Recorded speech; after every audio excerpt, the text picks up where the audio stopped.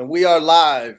Welcome to CryptoLaw TV. I'm John Deaton, the founder and your host tonight. I'm live from Concord, New Hampshire. About an hour and a half ago, the LBRY remedies hearing concluded in Federal District Court in Concord, New Hampshire. I was there on behalf of Naomi Brockwell. I'm her amicus counsel, or her counsel as amicus. And I got to participate. I'll tell you what went down. First, let me give you the scene. The scene, there were probably 50, 60 people in the courtroom. I arrived early, about an hour and a half. The reason I do that is strategic. I know that the clerk or the case manager will be there. So I walked in, introduced myself, said I'm amicus counsel for Naomi Brockwell. She looked at me kind of, with a little quiz in her eyes and basically said, "And you want to talk?" And I said, "Absolutely. If the judge allows me, not as long as a party, but I absolutely want to." And so I knew that she would probably convey that. She goes in the back. The other parties show up. Judge comes out and basically says, "I'm going to hear evidence or arguments, I should say, not evidence, on the injunction and on a potential fine and on disgorgement. And when the parties are over, I'll listen to brief comments by amici counsel." That's me. And basically, the judge said something that I disagreed with right off the bat. He said, although amici are raising issues that are not being litigated by the parties. And so I made a note of that because the first thing I was going to say to the judge respectfully is I disagree. So that's sort of the scene. Basically the purpose of today's hearing. A lot of people are confused. They're like, the SEC won, the case is over. And that's not true. There were two amici filings in this case after the decision on summary judgment. One from Investors Choice Network. They also did one in the Ripple case. And the one that I filed on behalf of Naomi Brockwell. Okay, so everyone understands Naomi Brockwell, she runs a TV broadcast show. She owns LBC credits, LBCs. She has acquired them. She's never purchased them. She's from anybody, and she's never sold them. When she first started acquiring them, it allows her to utilize the LBRY blockchain and to produce videos, and she stakes them, and it allows for more views for her video. It's truly used as a utility token. When she first started acquiring them, she didn't even know they had a monetary value that you could trade them somewhere, for 2 or 4 cents or whatever it was trading at the time. Absolutely 100% not an investment contract, not a security. That's clear. The SEC actually even agreed to that in so many words during the case, that there were people like Naomi who were users of the platform, not investors. But the decision on summary judgment came down and the judge said LBRY violated the law, but his decision didn't address consumption, like users. His decision didn't specifically address secondary market sales. So it was left open and vague. And so we filed an amicus brief because the SEC was seeking an injunction. And we're going to bring up the injunction because that was the main focus of why I was there today. And that injunction, you can see it on your screen. It basically says, right, LBRY's agents, servants, employees, attorneys, and all persons in active concert or participation who receives notice of this basically injunction. That's all you need to know. It's all persons who are in common or participated. It doesn't say just LBRY. It doesn't say just direct sales from LBRY or its officers or executives. Anybody, so that someone like Naomi Brockwell could be included in that, right? What's that mean? It's so vague and broad. And we all know how the SEC loves for it to be vague so that they have maximum prosecutorial options available to them. So that's why we got involved and said, listen, that's disastrous. And we went to the judge and basically arguing that we don't have a position on disgorgement. That's with LBRY and the SEC on what fine LBRY pays. But this injunction and secondary market sales are very, very important. And so the judge was there to talk about the injunction and a potential fine to issue against LBRY for violating the Securities Act and any disgorgement of any profits. And so what happened, basically, I got to speak about the injunction. Obviously, I'm not taking a position on disgorgement or a fine. And the injunction was where sort of the meat and the potatoes were for everybody in crypto and for XRP holders or anyone else. And the SEC wanted that injunction, and they wanted basically to have that kind of vagueness out there. And I stood up with the judge when he gave me the opportunity. I said, listen, I respectfully disagree with you. That injunction is so overbroad that it does bring into secondary market sales into play, for your honor. That's before you. And what I did is I reminded the judge of the November 21st, 2022 hearing. Okay. And we're going to pull something up, and you're going to see a part of that hearing, and you can read it there, right? This is Jeremy Kaufman as the CEO saying, went back and forth for 5 years. He actually interrupted the proceedings and wanted to speak to the judge directly, whether his attorney wanted to or not. And he's saying throughout that period, we begged them. We said, we'll do anything. We'll make any changes. We just want to be like Ethereum and Bitcoin and have this non-securities designation. We've offered years ago, we'll destroy the entire pre-mine. We'll fold the entire company. We'll give you every dollar in our bank account. We just want to achieve the same legal status as these other cryptocurrencies. And he continues, and this is a CEO, an American entrepreneur. Whatever you think about Jeremy and politics, this is an American entrepreneur who was never charged with fraud, never charged with any wrongdoing like that, a strict securities violation. He said that after all these years, you'd think we would know what the rules are. There's so many people out there building and working in the field. You can read it for yourself on the screen as he's going there. They want to do this work. We want to at least know what the rules are. He goes on to talk about how LBRY is dead. They're dissolving. Their employees have been laid off. They haven't been paid since December. The SEC threatened to bankrupt them before the lawsuit, and because of the investigation after they paid millions, and then millions during 2 years of litigation, they are bankrupt. And so that's basically what he was pleading. And the judge was very sympathetic. And when you all see the transcript, and I brought this to the judge's attention today, I said, Judge, we can all pretend that secondary market sales are not being litigated, but on the transcript of that hearing, 13 times secondary market transactions were discussed on the record. And the judge piped up and smiled and said, yeah, I probably said most of that. And I said, you did. You said over half of it. In fact, the judge called it a problem. And I brought this to his attention, right? And he said to the SEC that he's not, because the SEC said, look, secondary market sales are not in play here, Judge. And this is him back in November. And he said, I'm not interested in participating in SEC policymaking, but I got a problem here. And he talks about how there's no fraud or anything like that. And there are legitimate uses that the token has and consumptive uses. And so I brought that to the judge's attention, right? Basically saying, look, let's not pretend.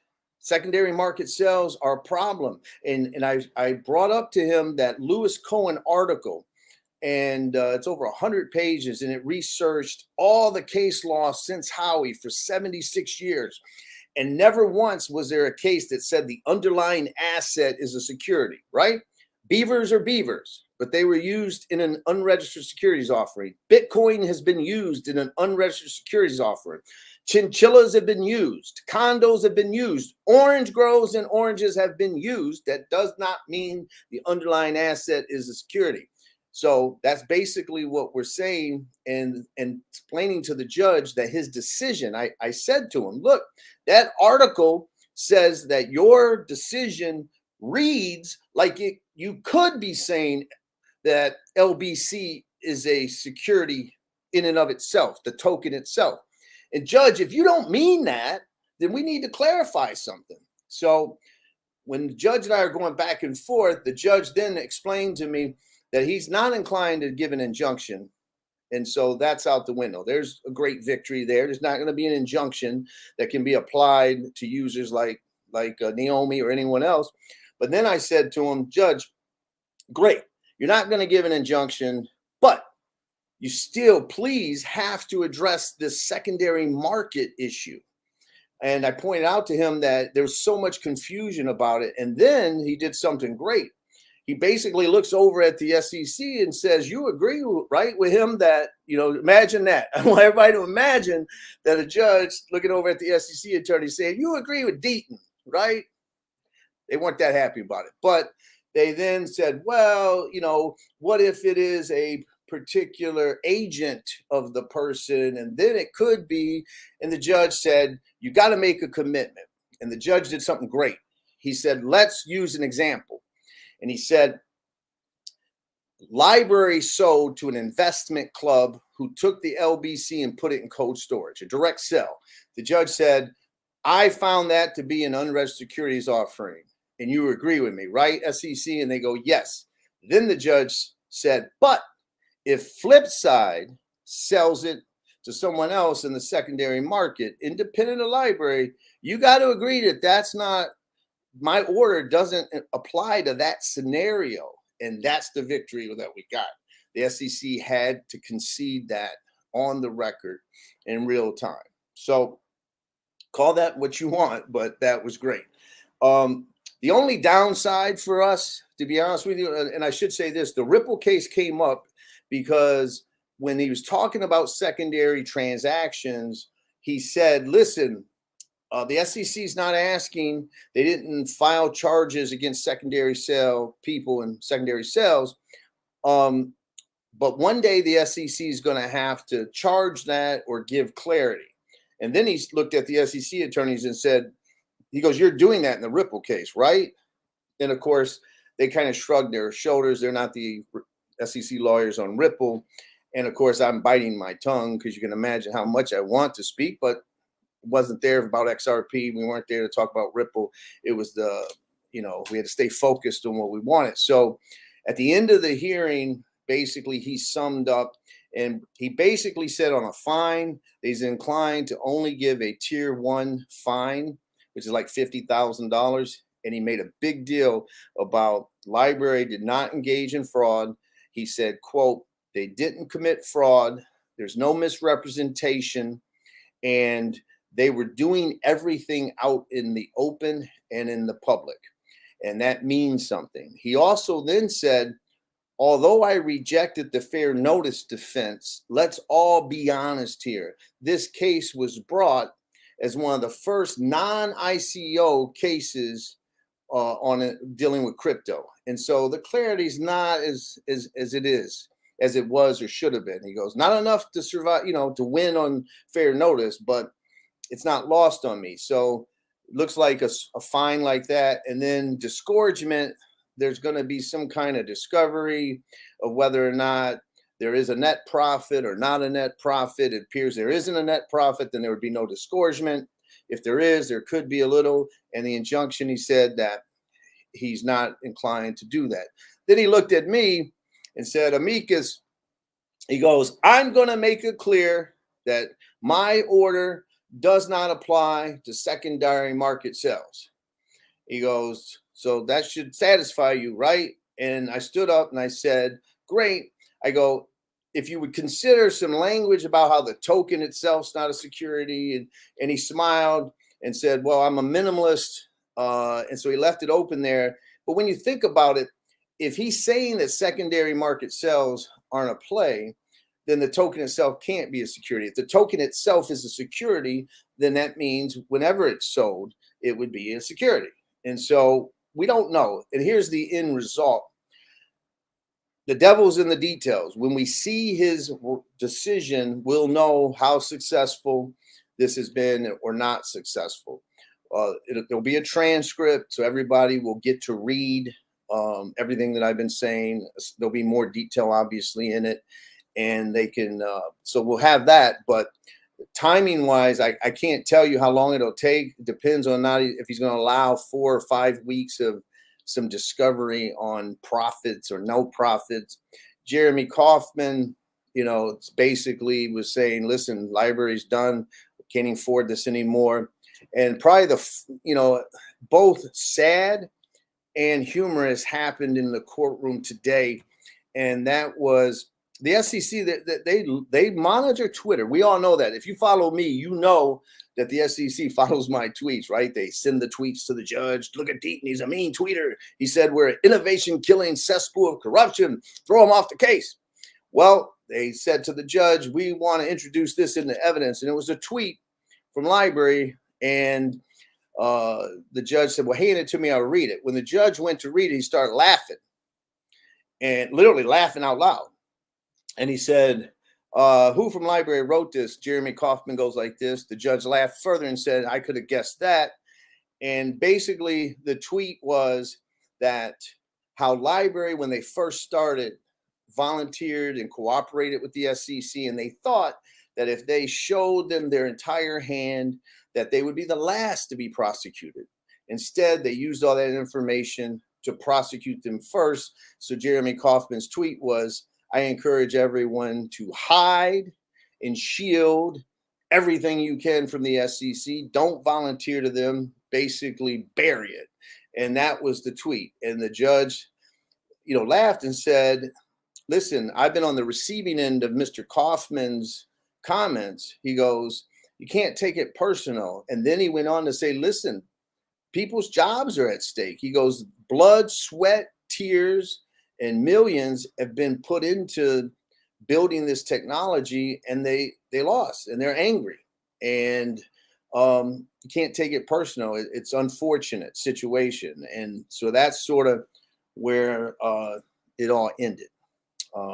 What's it mean for crypto? I can tell you this hearing today, if you think we're getting regulations from Congress soon, then this hearing's irrelevant, right? Because Congress will give us our clarity.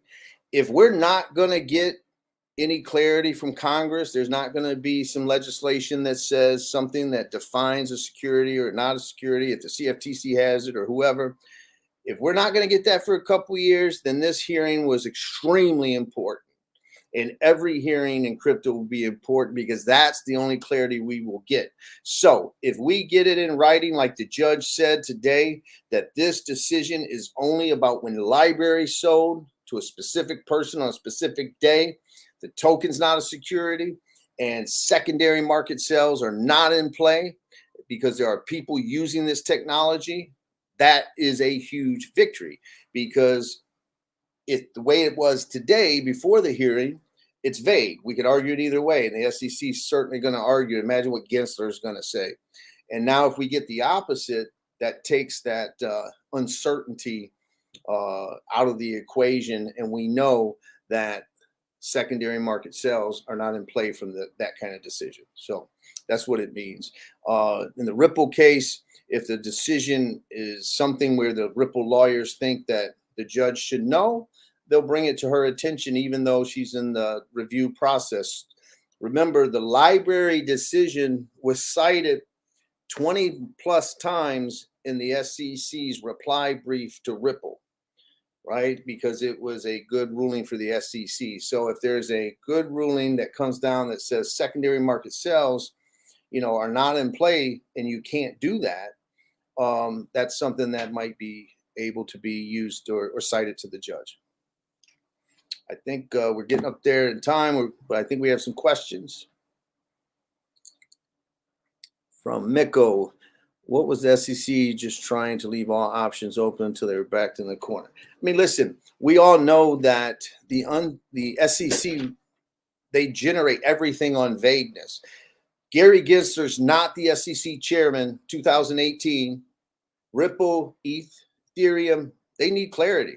There needs to be something done. All of a sudden, he becomes chairman, and he says it's been crystal clear since 1946, right? So when something's vague and unclear, it gives the SEC what I've been calling maximum prosecutorial optionality. It gives them the maximum options to prosecute people. If there's something clear that says you can't do this, or this isn't a security, then it takes away an option for the SEC. So yes, the SEC did not want me there. They did not want this clarification. That I can guarantee you. Will this mean exchanges should list LBC? You know, it really depends on the particular exchange, and it depends on how strong the decision is. Here's the thing. It's just like when the SEC claimed XRP as a security. Conservative lawyers are going to advise Coinbase and Kraken or crypto.com. They're going to say, listen, the safe thing to do is delist XRP, even though it's just an SEC allegation. But in case they win, the SEC wins, they'll come back and claim that, you know, maybe they'll want us to pay a penalty. So my advice to you is delist it. I was opposite. I'm aggressive though, right? I'm like, fuck that. The SEC is wrong. And it's absurd what they're doing. And so, and file a motion to intervene and let's fight them. That's more of my style. And that's why I'm not a general counsel of one of these exchanges. So if they haven't listed LBC, I don't think they're necessarily going to list it because of this ruling. But if we get a ruling in writing that secondary sales are not, like that flip side crypto example that he gave, then that would give them confidence, or could give them confidence, I should say, to do. But it's just so hard to predict. Anything else? Well, that depends, because the judge clearly said he's inclined to give a $50,000 fine, and he's inclined not to give an injunction. And so the only issue is that disgorgement. The SEC was claiming, you know, we don't know whether or not they were profit, because with disgorgement, you're only allowed to be disgorged pursuant to what the Supreme Court of the United States has said if it's profit. So in other words, you're allowed to deduct business expenses. And so even though, let's say somebody has 10 million in sales, if you have 9.5 million in legitimate business expenses, then your profit's 500,000. That would be the disgorgement. And so the judge was going to allow very narrow discovery, maybe another deposition of Jeremy Kaufman for a couple hours, maybe some interrogatories.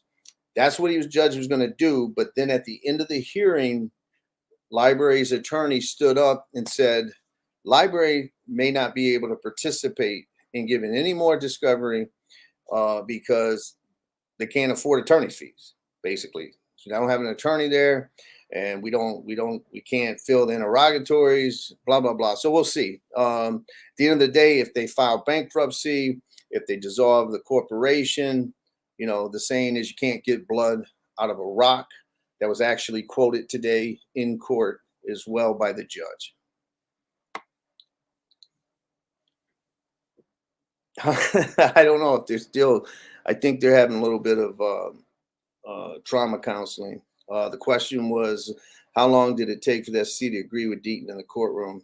How long did they sweat? When the judge first asked, again, they hem and hawed and said, well, what if it's an agent, right? So in other words, if Flipside Crypto is an agent or a money market maker for LBRY, then that secondary sale could be a security, blah, blah, blah. But when the judge finally made them commit, they had to. So it was worth the drive from Providence for me personally, just on that. That was the last question. So bottom line, thanks for everybody for tuning in. Today's a good day in the sense that it could have been worse, right? The judge could have said, hey, Deaton, you're not a party. Naomi Brockwell's not a party. You got your papers in, you got your brief in. We don't need to listen to you talk. And the judge would have been within his discretion. But the judge literally said that he's been thinking about secondary market sales, and he's been thinking about this issue, the token itself, for a long time. And when we got the amicus briefs, it made him think about it even more. And he wanted me to hear it out. And so we did the best we could. You take your victories when you can get them. And then nowadays, when we can get any victory in crypto, when we have a war against crypto, you take it. And, you know, I wish Jeremy Kaufman and LBRY the best. They were valiant fighters. And I should say that when that transcript is released, you saw a little bit of it tonight. When it's released, it should go to every one of the senators and congressmen on the banking committees and the financial services committee, because it is powerful. It is an American entrepreneur standing up and saying, okay, we lost, I'll accept it, but tell me how I can now do this and comply. And the answer is, we don't give guidance. And so everybody have a good night.